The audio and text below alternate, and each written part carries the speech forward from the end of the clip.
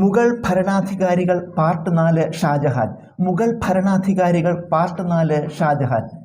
1627 മുതൽ 1650 വരെയാണ് ഇദ്ദേഹത്തിൻ്റെ ഭരണകാലഘട്ടം. 1627 മുതൽ 1650 വരെയാണ് ഇദ്ദേഹത്തിൻ്റെ ഭരണകാലഘട്ടം. നിർമ്മിതികളുടെ രാജകുമാരൻ എന്നറിയപ്പെടുന്നു. നിർമ്മിതികളുടെ രാജകുമാരൻ എന്നറിയപ്പെടുന്നു. ഇദ്ദേഹത്തിൻ്റെ ഭരണകാലഘട്ടം മുഗൾ ഭരണത്തിൻ്റെ സുവർണ കാലഘട്ടം എന്നറിയപ്പെടുന്നു.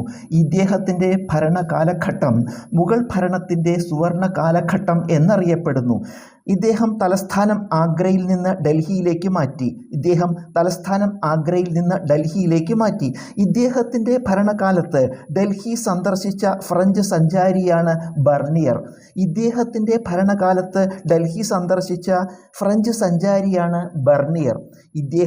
യഥാർത്ഥ പേര് ഷഹാബുദ്ദീൻ മുഹമ്മദ് എന്നാണ്.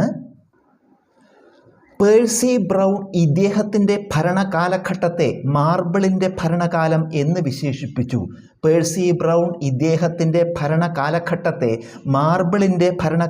എന്ന് വിശേഷിപ്പിച്ചു. ഇദ്ദേഹത്തിൻ്റെ മകനായ ദാരാ ഷുക്കോവ് ഉപനിഷത്തുകൾ പേർഷ്യൻ ഭാഷയിലേക്ക് തർജ്ജമ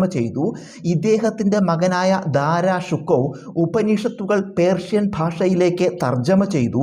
പ്രസിദ്ധമായ മയൂര സിംഹാസനം ഇദ്ദേഹത്തിൻ്റെ കൈവശം ഉണ്ടായിരുന്നു.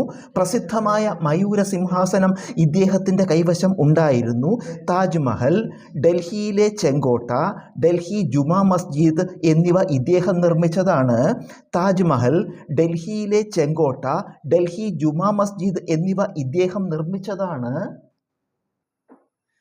ഷാജഹാൻ്റെ ഭാര്യ മുംതാസ് മഹലിൻ്റെ ഓർമ്മയ്ക്കാണ് ആഗ്രയിൽ താജ്മഹൽ നിർമ്മിച്ചത്.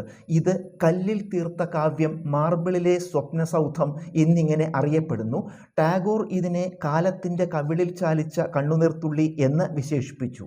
ഷാജഹാൻ്റെ ഭാര്യ മുംതാസ് മഹലിൻ്റെ ഓർമ്മയ്ക്കാണ് ആഗ്രയിൽ താജ്മഹൽ നിർമ്മിച്ചത്. ഇത് കല്ലിൽ തീർത്ത കാവ്യം, മാർബിളിലെ സ്വപ്നസൗധം എന്നിങ്ങനെ അറിയപ്പെടുന്നു. ടാഗോർ ഇതിനെ കാലത്തിൻ്റെ കവിളിൽ ചാലിച്ച കണ്ണുനീർത്തുള്ളി എന്ന് വിശേഷിപ്പിച്ചു. ഷാജഹാൻ ആഗ്രയിൽ മോട്ടി മസ്ജിദ് നിർമ്മിച്ചു.